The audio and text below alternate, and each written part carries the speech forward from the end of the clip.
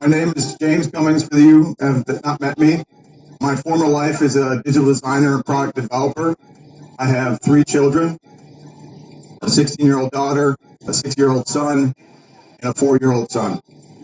What's unique about me, or semi-unique, is that both my sons have different rare diseases. I do not have a PhD. I am a human on the planet. In 2019, I received a new level of enlightenment about the Carpe Diem philosophy. And that came in the way of my 6-year-old son, Thomas, being born with a rare bone marrow disorder called diamond black fan anemia. He's also autistic and severely intellectually disabled.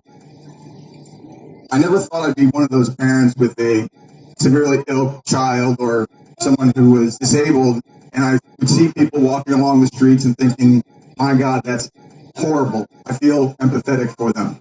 But somehow I thought it would never happen to me. Somehow I thought maybe I had superior genetics or I was blessed by God. But the reality is I quickly learned this is not unique to me. These shucks moments, as I call them, or I didn't say shucks. This is going to happen to everyone on the planet. This is not a unique event.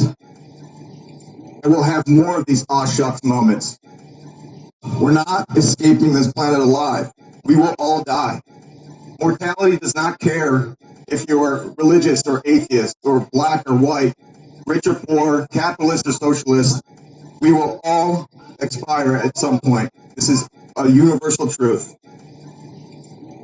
For most people, the lucky ones, experience this as middle-aged children of elderly parents, where they spend 90% of their health care in the last 10% of their life. By that time, they're entrenched in the paternalistic relationship between patient and provider. Providers or practitioners or doctors are the ones that have read the book. They're the ones with the medical experience. They're the ones with medical education. So patients historically have been 100% reliant on the provider to help them through this mortality in healthcare. But all the while, they have no role. Between encounters, between test results, they relinquish their worry and their concern to the provider. And one of the glaring problems with the current landscape of the patient-to-provider relationship is that providers or practitioners are overworked. There's not enough clinicians, nurses, doctors to go around to see a patient. On average, a patient sees a provider for between 13 and 24 minutes. The provider spends about twice as much time on administrative duties, such as electronic medical record input with observations, orders, and prescriptions. They have not enough time to think about your diagnosis and your personal life because they have their own personal life. They can't think about that disease 24 hours a day or 7 days a week. There, in addition, unfortunately, but not by anyone's fault, is a conflict of interest. The Hippocratic Oath first states do no harm, and inherently in that, they fear malpractice. There is a lower risk tolerance for practitioners. They do have a fiduciary responsibility to their provider or their health system, and they might have some pride. Statistics show that in a seasoned provider's first 20 years, 70% of what they learn in medical school is obsolete. Some stats or studies say between 2 to 3 years, 50% is obsolete. So what does that mean for the cross-section of time and intent? They don't have wholly aligned attentions, and they don't have all the time to think about one patient. But who does is the patient themselves. Patients have fully aligned attention and ample time to think about their symptom or their diagnosis. Even though they don't have medical experience or education, this is valuable energy. They don't care about making money. They don't care about being right. They just want to get better. So what is our role as patients or caregivers ourselves? The biggest job a patient has is to educate themselves. Information is available at our fingertips like it's never been available before. Everything that a medical professional or student learns is available on the internet. It's available on PubMed. So patients need to maximize their time between encounters. Instead of waiting for the test results, instead of relinquishing worry between encounters with the provider, they need to go to work. They need to educate themselves to maximize the time they have talking to the provider. And that includes other patients. Other patients are a wealth of resource of new information and new data. One of the biggest disruptive innovations I found while Thomas was in the hospital was that I had no aptitude, I had no vocabulary for the disease he had, but in an effort to maximize my time between hospital visits or in between provider visits, I sought out other patients on Facebook groups. And these advocacy groups have narratives from real people, and it's an extremely efficient way to get yourself up to speed. Now, there's a new technology on the stage, and that is, as everyone has talked about, is artificial intelligence. Unlike human providers, artificial intelligence like GPT, Claude, Llama, they are untiring. They can be pinged, they can be referenced as digital allies for patients in a 24/7 availability. I had a revelation on what to do with my life. What I was put on the planet to do was provide value. 3 years ago, Thomas's younger brother, my son William, was born. Potentially could have been a stem cell donor for his brother, but as Murphy's Law would have it, was born with a severe heart defect called atrioventricular septal defect. He had no chamber of his heart. He spent his first 6 months in the hospital correcting that. He has neurological tumors. He's profoundly deaf and is failing to thrive. And the biggest thing that I understood, having slept years in hospitals, sometimes as long as 6 months, that despite having two different diseases, they had the same problem. We didn't use the data that was collected on their behalf to make them better. We didn't use the data, we don't use the data that is collected or is out in the public ethos to help diagnose them accurately or correctly. So what I've been doing the last 3 years is I travel and I meet with ecosystem leaders in health IT, health policy, data standards, legacy health systems, artificially intelligent companies, big tech companies, and I want to help the inevitable future that we are heading towards happen sooner. Because it's going to happen without James, it's going to happen without all of you, it's going to happen without anybody in that administration or the future administrations, so why not let it happen sooner? $24 trillion is the healthcare industry. We collect 60 zettabytes worth of health data. And a zettabyte, if you're not familiar with, is about 60 billion terabytes. But the thing about all that data is only 1% is used. 1% is used for primary care, 1% is used for research. So we collect massive amounts of data and we don't use it. And the reasons for that is that it's siloed. It's 28.4 providers that a patient sees in their lifetime. This data is siloed in numerous health systems across different providers, different hospitals. It's siloed with the electronic medical record vendors that those health systems use. There's no business interest for hospitals to make that data shareable. There's policy that goes along with it, but there's no incentive to accept it. Less than 10% of systems or providers use and consider outside data. It opens themselves up for too much risk. There is also a very important construct of privacy law. So HIPAA prevents any health system from sharing that data without the consent of the patient themselves. A very important rule. And then perhaps as important or growingly important is the missing contributed data of the patient themselves. That's not included in the collection of the clinical data that is in the electronic medical record system of the hospital. And this includes your genomic data. This includes your wearable data, your mobile data, your social data, your symptomatic data, and your behavioral data. This is becoming more increasingly important to accurate diagnoses and effective treatment. The data is in disarray. It's not shared. and it's incorrect. It's missing or it's forgotten.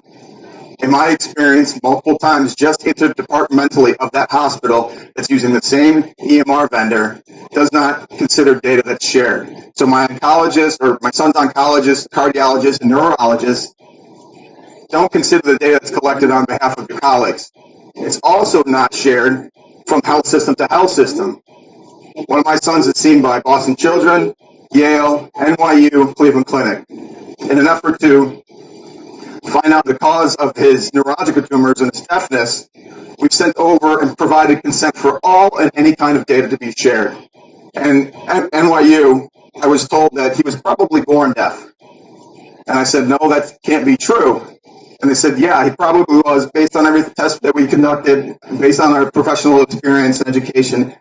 He was born that way. And I let them know that both Yale and Boston Children's had conducted a newborn screening on him, and he passed. That data that was transferred through my consent was missing. And that is a problem with interoperability. Interoperability, which is a word I hadn't heard of 3 years ago, is the accepting or the sharing and accepting of data into a usable format. So when you send data to doctors, you assume that it is usable in a structured, standard format and complete. But the reality is it's not. Even though when I explain that definition to them, the assumption is that it's being done on their behalf. Their assumption is that the system has their best interest to make sure all that data is transferred. But the reality is that it's not being done. There's policy they're not following, and there's a lot more policy and technical standards work that needs to be done. So my mission, as I said, I travel and I meet with health IT leaders, policymakers. I'm well versed in the rules of the 21st Century Cures Act. And the 21st Century Cures Act was passed by the Obama administration. And a large part of that bill or that law is that it grants access to all of the data that's collected by a health system or provider to the patient themselves. In addition, the Assistant Secretary for Technology Policy of the Office of National Coordinator for Health IT is the mandating body, that's a sub-agency of the HHS, that interprets those rules. And it has adopted the standard from the HL7 International Standards Organization called Fast Healthcare Interoperability Resource, which is a RESTful API or JSON resource that allows for structured data to pass freely. So knowing that it's the consumer behavior that has wholly aligned intentions, it is the policy of the law of this land, and there's the technology of databases and data collection, I knew that there is a new paradigm that we are embarking on to unlock the massive amounts of data for precision medicine based on my data, for translational science using my data with my permission. So we will reach a new plateau of biological understanding, effective treatment, and accurate diagnosis. Data plus policy and technology, and most importantly, consumer behavior. The patient responsibility is what? Data aggregation. Nobody will aggregate the complete longitudinal health data set that is up to date besides them. This includes all the clinical data that is collected from all the different AMR vendors. It includes all the contributed data of your wearable and anything that you're collecting right now. I'm collecting health data right now. My geography is a piece of health data. The complete, real-time, longitudinal health data set is in the custody of the consumer. The new paradigm we are embarking on, because we have wholly aligned attentions and abundant time, 8 billion of us, is to get more accurately diagnosed, to get more effective treatment, and to understand as a species. A great example of this is Courtney Morales Hoffman, a mother from Detroit, whose young son went undiagnosed for 3 years and was seen by 17 different providers. She watched her son become immobile and paralyzed, could not find an answer. She took her son's health data at home, went to ChatGPT, plugged all of it into the model, and it produced a diagnosis of tethered cord syndrome. She went to her specialist, showed her doctor the GPT results. They confirmed he had surgery to correct it, and now he's no longer paralyzed. This is data, this is consumer behavior, and it is precision medicine. We're heading towards this inevitable future. Nothing can stop it. No business interest, no politics, no government can stop the consumer behavior of wanting accurate diagnoses and better treatment. And it starts with that longitudinal health data set. And nobody but the consumer will ever be the custodian. If we want to use it, the consumer needs to own it, aggregate it, or manage it, or mandate that it's managed, but nobody else will have the right or intent to do so. What this is, not just a policy framework, and it's not just a technical framework, it's a socio-technical framework. And it starts with contributed data that we collect about ourselves right now. We're all collecting contributed health data right now, as I said, and it's funneling into this longitudinal health record. As a patient reaches out to a provider, they have an encounter with 1, 2, 3, 4 health systems. In this case, it's 4 health systems with 3 different EMR vendors. Epic, which is the largest in the world.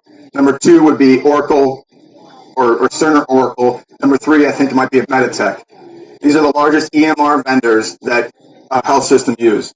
There's also small ones, or some not at all, for primary care physicians or the smaller shops. So as the patient is seen at one of these providers, they have an encounter, and then we think about a consumer or patient interface that we can pull that data in using that FHIR resource. The consumer interface can be something that they build themselves. It can be an existing patient-facing application out there like Citizen or Otis Health or Primary Record or Hiveda. They're out there around us with basically origin stories very similar to mine. They had a need, they saw something with either their child or themselves, and they wanted to solve for it. This consumer interface takes that FHIR API and sends a call out to the EMR vendors. They grant consent and say, give me that data, and it funnels it back into that consumer interface. And now we have a complete longitudinal health data set, inclusive of not just clinical data, but contributed data as well.